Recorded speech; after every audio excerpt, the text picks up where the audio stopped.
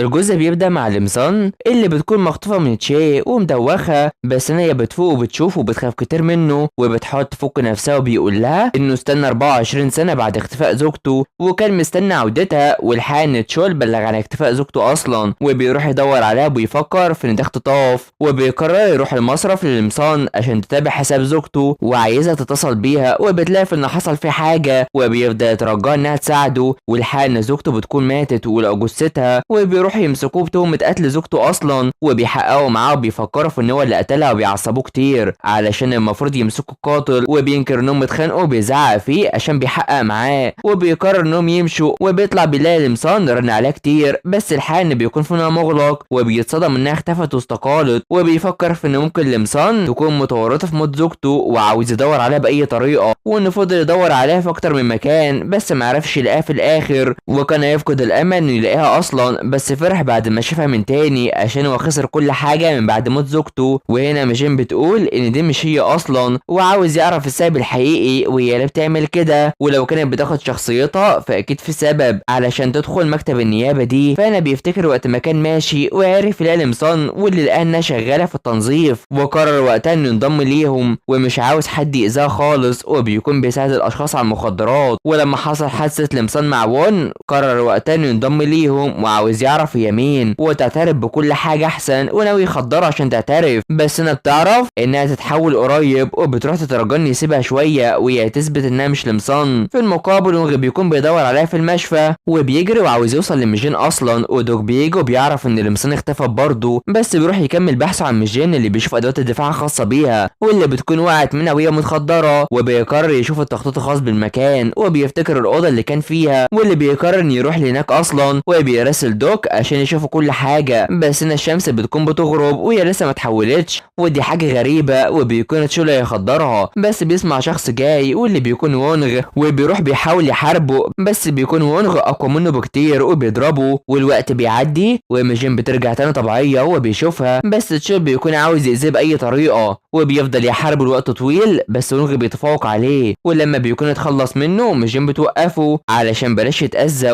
وبيسيبه بالفعل من غير ما يجي ناحيته اصلا، وبيروح يفوقها وهي بتبكي وبتحضنه على طول، وبتكون كانت مرعوبه من اللي حصل ده، بس هنا هو بيطمنها انه معاها خلاص فبلاش تقلق من اي حاجه، وبيغمى عليها هنا ودوك بيجي وبيشوف اللي حصل وبيتصل بالاسعاف اصلا، فبيعدي الوقت مع ميجين اللي بتكون في الاسعاف ومعاها وونغ اللي خايف عليها كتير، وبيشوف انها مجروحه بس بتعرفوا انه ما اتصلش باهلها عشان ما يلاقوش احسن. في المقابل دوك بيروح عشان يحقق مع تشول في مكتب النيابه العامه وبيقول كل حاجه عن الشاحنه وعاوز يعرف واللي خطف ميجين اصلا، وبيتصدم كتير من ده علشان اللي خطفها هي لمسان، فهنا ميجين بتوصل المشفى وسط متابعه وونغ ليها، بس هنا بتفوق وبيطمن عليها وبتطمن عليها برضه وبتكون عايزاه يعالج نفسه وبتهتم بيه كتير، فبيروح يتقابل مع دوك وعاوز يعرف تحقيقه مع تشول، فوونغ بيعرفه في ان ميجين شهاده في قضيه هيون اصلا وده مش موجود في ملف القضيه واخفى ده عن طريق القصد عشان كان عاوز يمسك تشول، واللي بيقول انه ما خطفش ميجين وبكده معنى كلامه انه خطف شخص تاني وبيفكر في من الشخص ده اصلا، فبيخلص وبيروح عشان ياخد ميجين ويروحها بعد اللي حصل لها ده، وبتقول انه ينقذها على طول وبيكون بيعمل ده عشان ينفذ وعده لها بحمايتها علشان شهادتها مهمه كتير، بس هي بتفتكر رغبه تشول في معرفه ايه اللي حصل لزوجته، وبتقول لوونغ ان تشول جايز ما يكونش المجرم اصلا بس بيرفض يتكلم في اي حاجه ولازم ترتاح حاليا، فبيعدي اليوم مع سيو وسيوك اللي بيروح عشان يعرفهم في ان تشول اتقبض عليه، واوك بتزعل عليه كتير وسيوك بيعرفهم اللي حصل، بس سيو بيكون مصر ان اكيد له علاقه بموت هيون عشان هو قتل زوجته، واوك بتفضل مستغربه وبتكون شايفه انه خبيث كتير وبيتكلموا عليه، بس سيوك بيكون مش عاوزهم يتكلموا في اي حاجه ويشتغل افضل، فهنا لمسان بتوصل واوك بتطمن عليه وبتكلم على اللي حصل لتشول وان في شائعات عن قتل لهيون ومرعوبه، فبتروح المكتب لونغ اللي وون بيوصل عشان قوت لمسان والكل بيستغرب، ودوك بيقرر ياخدها عشان هي مش بتشربها خالص وشايف انه بيجي هنا على طول، وبيقول ان قال له ان لمسان لها مشاعر تجاه وون وبيفكر باللي حصل وبيفرح كتير اصلا عشان مفكر عكس كده، وهنا هي بتيجي وبتزعق فيهم عشان مش فاهمه هو ليه بيعمل كده. كده وعايزه تعجن الشخص اللي بينشر شائعات وبتخبي اصابتها، بس وونغ بيفضل يضحك كتير عشان ما كانش مصدق انه قصده على لمسان وعلاقتها بون، وكان مفكر في انه قصده على ميجين. وهي هنا بتاخد دوك عشان تضرب فيه براحتها بما انه هو اللي قال الشائعات دي، وونغ بيفضل يضحك عليهم كتير وبيرتاح من جواه. فبيعدي الوقت وبتروح تاكل مع تشين اللي فخور بيها وبترجع البيت بعد العمل على طول، بس تشونغ بتكون عايزاها ترتبط وتعيش حياتها اصلا وتهتم بنفسها كتير، وبتخلي تشين هو اللي يغسل الاطباق. وفي وسط ما بتكون بتحط ماسك بتيجي عشان وونغ بيرن عليها واللي بيكون وصل لها وجايب لها شاي يساعدها على النوم، وبيتكلم عن الحادث اللي حصل مع تشول وجا عشان يطمن عليها بنفسه وبيفرحها كتير وبيمشي، وبيكون مش عاوز يمشي اصلا من كتر ما عاوز يفضل معاها وفرحانين. فبتدخل وهي فرحانه كتير وتشونغ عايزه تعرف ايه اللي حصل، وبتعرف ان هو جايب لها الشاي وشايفه في انه بيتلكك عشان يشوفها وعاوزاهم يعترفوا حبهم لبعض بقى. فبتنام وبتحلم وقت ما كانت محبوسه واللي تشول كان عاوز يعمله فيها، وبتكون خايفه كتير وبيجي لها كوابيس باللي حصل، وبتقوم عشان تفوق شويه وبتشوف ديت وونغ وبيلاقي في انه جايب لها شاي كتير عشان يساعدها على النوم، وبتقرر تشربه بالفعل. وبتفتكر كلامها ان تشول مش عاوز يتكلم عليها وعلشان كده لازم ترتاح عشان شهادتها مهمه ليهم، وبتقول ان تشول مش المجرم الحقيقي وفي شخص تاني واللي بيخطف الستات اصلا. فبيعدي اليوم على لمسان اللي بتفتكر كلام تشول ان عاوز يعرف اللي حصل لزوجته بما انها لمسان، بس انا بتعرف وونغ ودوك في انه جايز يكون مش هو المجرم الحقيقي اصلا، بس بيفضل مصر انه لازم يسمع منه، وعلشان كده بتقرر ان هي اللي تقابله وتعرف تتكلم معاه بما انه رافض انه يتكلم معاها خالص، وبالفعل بيوافق. وبتدخل لتشول اللي بيكون قاعد ومكتئب وبتعرفه انه عاوز يتكلم بس مش عارف، وبتقفل الميكروفون وهم بيتابعوها وبتعرفه في ان اللي خطفها هي لمسان مش ميجين، وعايزه تقول له كل حاجه عشان يصدقها. وبالفعل بتوري له فيديو تحولها لمسان واللي بيتصدم ان ده بيحصل لها وشايف ان ده خدعه، وبتعرفه انها بنت اخت لمسان، بس هو بيكون مفكر في ان ده فيديو مش حقيقي وبيتعصب عليها علشان هو فضل سنين يدور على قتل زوجته، وبيكون بيبكي وبيتعصب. فبتعرفه انها فاهماه عشان ما كانش مصدقه اللي حصل، عشان في الاول وقت ما كانت طفله وعالجها وقال لها وقتها انها شبه خالتها وقت ما كانت معاها وبيهون عليها، وكانت مفكره في ان اللي حصل ده لعنه، بس بعد كده عرفت سبب تحويلها اكن ده مهمه جت ليها وان قاتل زوجته هو قتل خالتها برضه وعايزاها اساعدها، والباقي مش فاهمين هما بيتكلموا في ايه. بس انا بتعرفه في انها ممكن تكون الضحيه الجايه وبتبكي عشان يساعدها عشان المجرم ده شافها اصلا وبتحاول تاثر فيه. فبيمشوا وبيفكروا في انهم قالوا ايه عشان ده اكيد حاجه سريه، في حين ان تشول بيفتكر كل الاحداث اللي حصلت وبيشوف ان مفيش حاجه شبه ميجين ولمسان فعلا، وبيفتكر كلامها انها ممكن تلاقي الشخص اللي قتل زوجته وخالتها وده لو هو ساعدها على ده. فبنروح ليونغ وهي مروحه بس فجاه بتتقابل مع دوك وبيطمن على ميجين اللي بتعرفه انها كويسه، بس بيقول انها اتخطفت اصلا وكان مفكر انها تعاني، وهي بتكون مش فاهمه اللي حصل ده وبتتصدم. فبتروح وبتروح تبكي وبتتصل عليها وعايزه انها تيجي بسرعه لانها تروح لها، وبالفعل بتروح لها على طول وهي متضايقه وبتفضل تضرب فيها وبتعرفها في انها عارفه بامر خطفها وبتبكي اكتر وليه خبت ده عنها، وبتاسفوا لبعض هما الاثنين. ويونغ كانت خايفه عليها جدا، فدوك بيروح لبيت وونغ اللي بيستغرب وفجاه بيشوف ان زوجته بترن عليه اصلا، بس بيحاول يمنعه انه يفتح عشان ده اتصال عشوائي، وبيروح يبكي عشان ده احراج ليه، وبيعرفه في انه اتنصب عليه من ست كان هيتجوزها وبيكون بينام في اي مكان وعاوز ينام معاه هنا عشان ما عندوش مكان حاليا. فميجين بتتكلم معاها ان وقت تحويلها بيزيد وممكن تفضل في يوم على هيئتها لمسان على طول، وعايزين يلاقوا قاتل بدل ما تستسلم وتفضل لمسان. فبتروح بتفكر وعاوزه تمسك المجرم قبل ما الوقت يعدي، وبتروح في العمل وبتظبط وقت تحويلها ومش بتروح معاهم عشان تاكل. فدوك بيروح يفتكر اللي حصل عشان هبل في الكلام امبارح، وعلشان كده وونغ بيعرفوا اللي حصل وبيفكروا في انه شخص طيب من جواه عشان حب بجد، وبيكون وونغ مش عاوز يفقد اي شخص بيحبه تاني خالص. فلمسان بتروح وبتفتكر كلام وونغ وتشول وبتحلله وعايزه تعرف من المجرم غير تشول، وبتكون مرتبكه والوقت بيعدي عليها وبتتحول ميجين. فوونغ بيفتكر انقاذه الميجين وكل المواقف اللي حصلت بينهم، وفجاه يكون بيرن عليه علشان ميجين في قسم الشرطه وعايز تقول شهادتها بس لازم تقابل تشول الاول، وبيقرر انه يروح ليها وبالفعل بيوصل وبياخدها بالعافيه بس بتوقفه علشان اعترافها يفيد، وبيكون خايف عليها علشان علشان القاتل ما يأذيهاش، وشايفة في انه لسه ممسكوش وبتبكي وبتتأسف عشان هي خايفة كتير، وعشان كده بيحضنها وبيوعدها في انه يمسكه ومش هيسمح لحد انه يأذيها، وبتحضنه وبيفضل يطمنها وهي بتبكي في حضنه وبيهون عليها، وعلشان كده بيبوس على طول وبيحبوا ده هما الاتنين. والجزء بيخلص هنا، فما تنسوش اللايك والاشتراك في القناة وتفعيل الجرس يا حلوين علشان يوصلكوا الجزء الجاي. تابعونا، سلام.